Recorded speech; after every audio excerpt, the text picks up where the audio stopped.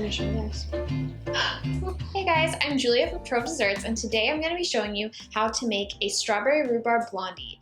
They are super soft, so moist, and so full of flavor, filled with fresh rhubarb, fresh strawberries, and white chocolate. So let's jump into the recipe.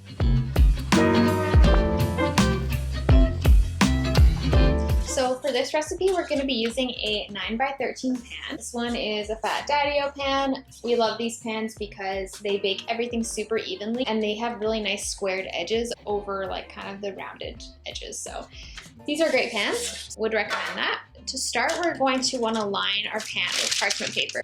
So you're going to want to get a sheet of parchment paper out. I've just cut this one a little bit oversized for the shape of the pan. You can put your pan just on the middle of the sheet there, and then you're going to want to use your scissors and just cut little slits where the corner of the pan is here.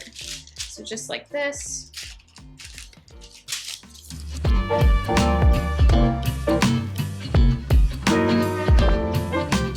you can take that parchment and just pop it on top of the pan. And then you're just going to want to fold the corners into the pan.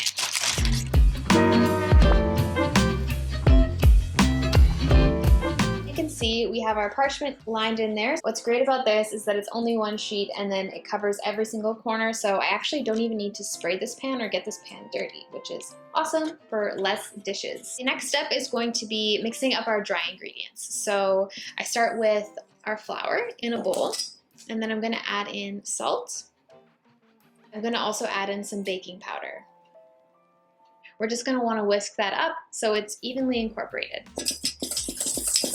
Okay, we'll set that aside. The next step is we're going to want to melt our butter. Just gently melt it and then set it aside to cool for a few minutes. Just do this for like about 20-second intervals at a time until it's just gently melted. You don't want it to be boiling or bubbling over, so just keep a close eye on it. Okay, while our butter is cooling, I got out a bigger mixing bowl and I gathered a few ingredients here, including brown sugar, vanilla, and eggs. So we're basically going to incorporate this all together and whisk it by hand, and you can kind of mix it all in one bowl, so that's really great.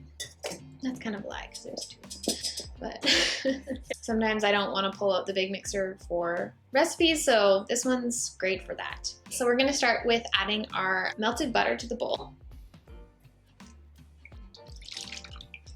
our brown sugar, just a little tug. I'm just going to start by whisking this together.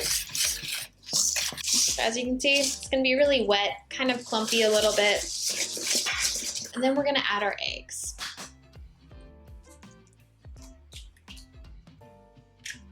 This is also a pro tip, but I find for whatever reason, cracking the eggs on the counter ends with a lot less shells in your bowl. So I know some people like to crack it on the edge of the bowl, but I don't know, over time I found that that causes a lot of problems, for me at least. So I find just doing a little gentle tap on the counter and then kind of putting your fingers into the crack, there's never any eggshells, so that's a pro tip. And once the eggs are in, we're also just going to add in the vanilla. And we can just whisk this together until it's well incorporated. You might see my brown sugar, there's a few clumps in there.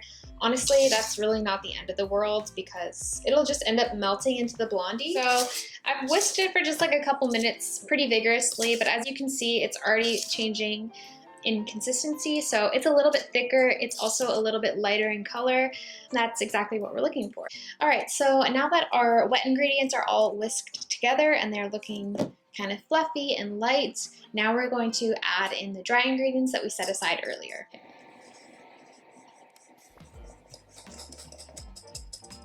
So now that we've just added our flour, we're going to just gently fold this in, and I'm going to fold it in until there's a few streaks of flour left. I don't want it to be completely smooth batter quite yet because I don't want to overmix it.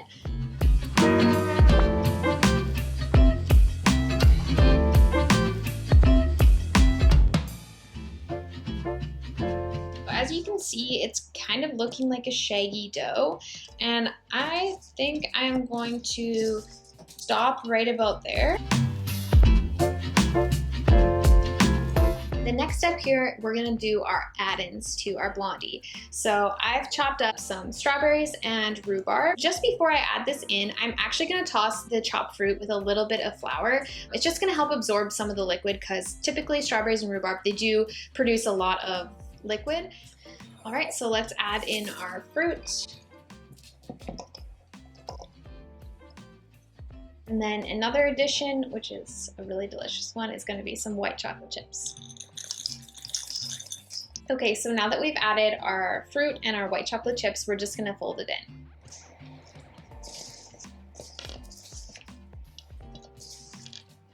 And as you can see at this point, there's no more streaks of flour. Now we're gonna grab our prepared pan and we're gonna add in our batter. So it's a little bit thick, so you might wanna kind of spread it out or do dollops in each corner.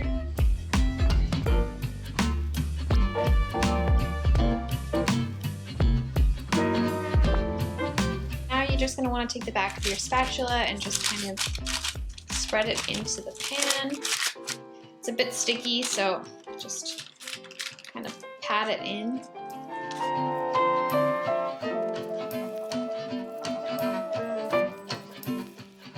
Okay, so once we finished spreading all the batter out evenly in the pan, we're going to do the last and final step, and we're going to swirl a little bit of strawberry rhubarb jam on top. Feel free to use just strawberry jam or rhubarb or whatever jam you want. We actually made this one.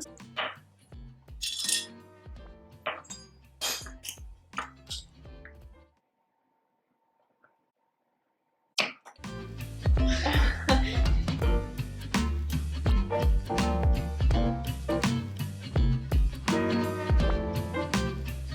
think that looks good. And now we're just gonna take a knife and just swirl the jam into the blondie.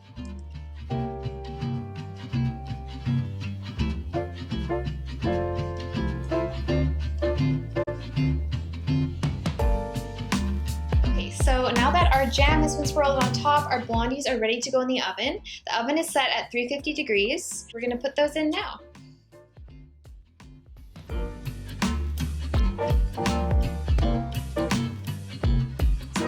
Have been in the oven for about 35 minutes. We're gonna test to see if they're done with the toothpick. We just want to make sure that it's mostly dry, that there could be a few crumbs on it, but nothing very wet.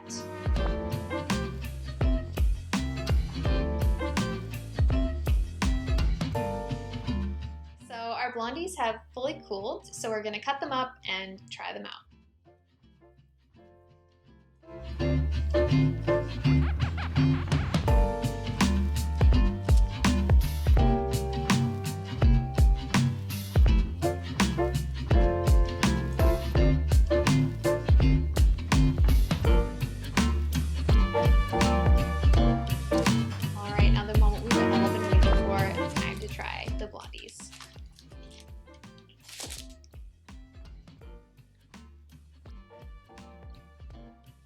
Wow, these are so good.